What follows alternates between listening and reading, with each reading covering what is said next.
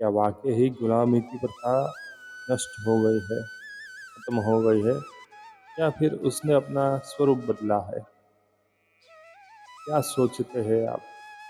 भारत जैसे देश में सामान्य नागरिक को कभी न कभी ये एहसास होता ही है कि वह आज भी गुलाम है। क्यों? क्योंकि सामान्य नागरिक बहुत ही लाचार होता है। वह पढ़ा लिखा बेचारा आज का आधुनिक गुलाम है, जिसका शोषण हो रहा है।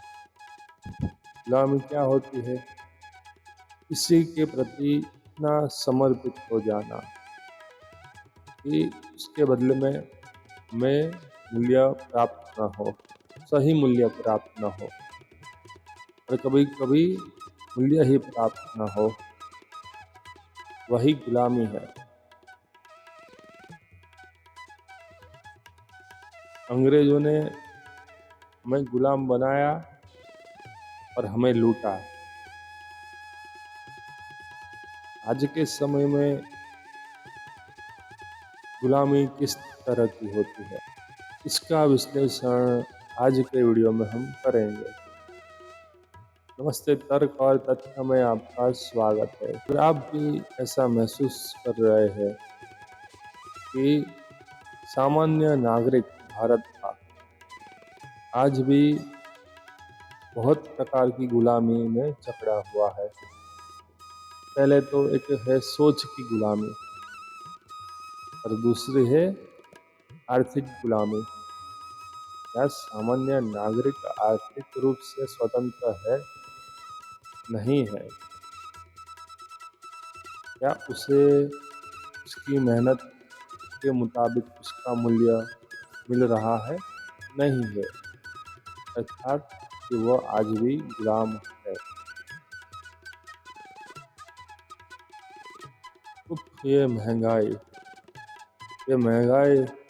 की रफ्तार आप देखिए, जैसे फरारी पर सवार होकर आती है। जब कोई महिला या पुरुष सब्जी लेने जाता है तो सब्जियों के बढ़ते हुए दाम, पेट्रोल पंप में पेट्रोल के बढ़ते हुए दाम, और अपने बच्चों के स्कूल की बढ़ती हुई फीस, इन सब में जकड़ा हुआ है भारत का आम नागरिक। बेचारा पूरा दिन मेहनत करता है, अपने आप को तोड़ देता है, और फिर पगार। महंगाई अगर फरारी पर सवार होकर आती है तो पगार ऐसी साइकिल पर सवार होकर आती है जिसके टायर पंचर है। अर्थात जिस रफ्तार से महंगाई बढ़ती है, उस रफ्तार से आपकी पगार नहीं बढ़ती, और यही है आपकी गुलामी का कारण। क्या आप मानते हैं आपको आपकी मेहनत का मूल्य मिलता है? तो फिर आप एक आम इंसान नहीं है, कोई विशिष्ट इंसान है। परंतु हर कोई विशिष्ट नहीं होता, ज़्यादातर लोग आम होते हैं। और क्योंकि आम लोगों की जनसंख्या बहुत ही है,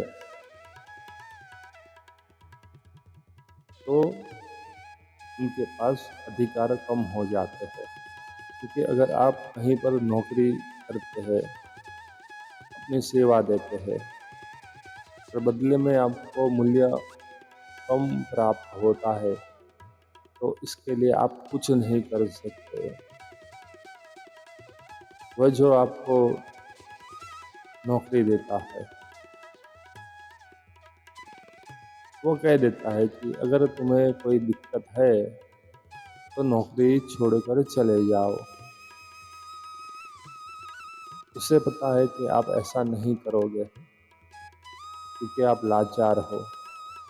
आपको आपके कुटुंब का पालन पोषण करना है,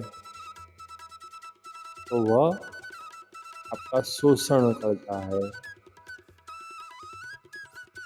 यह भी एक प्रकार की गुलामी है।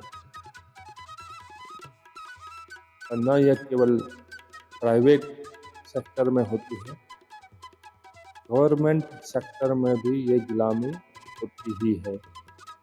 और वहाँ तो बहुत बुरी हालत है,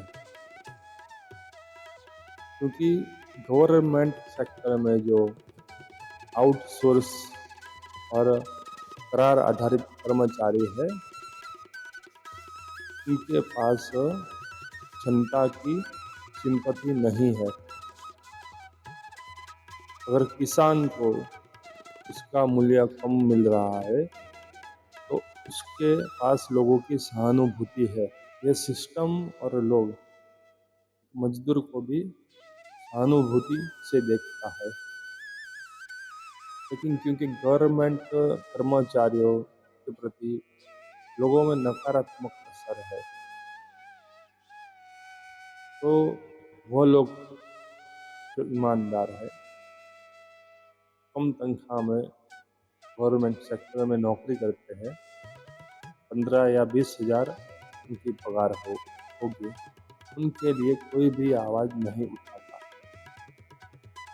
और उनकी स्थिति पढ़े लिखे गुलामों की तरह हो जाती है, क्योंकि भारत की जनसंख्या ज़्यादा है तो उनके पर काम का बोझ भी ज़्यादा है।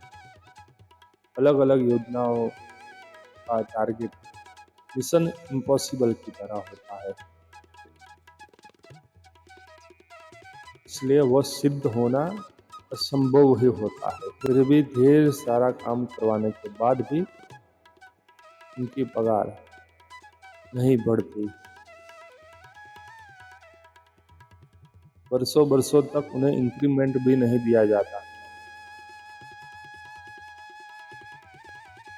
तो यह भी एक प्रकार की गुलामी है।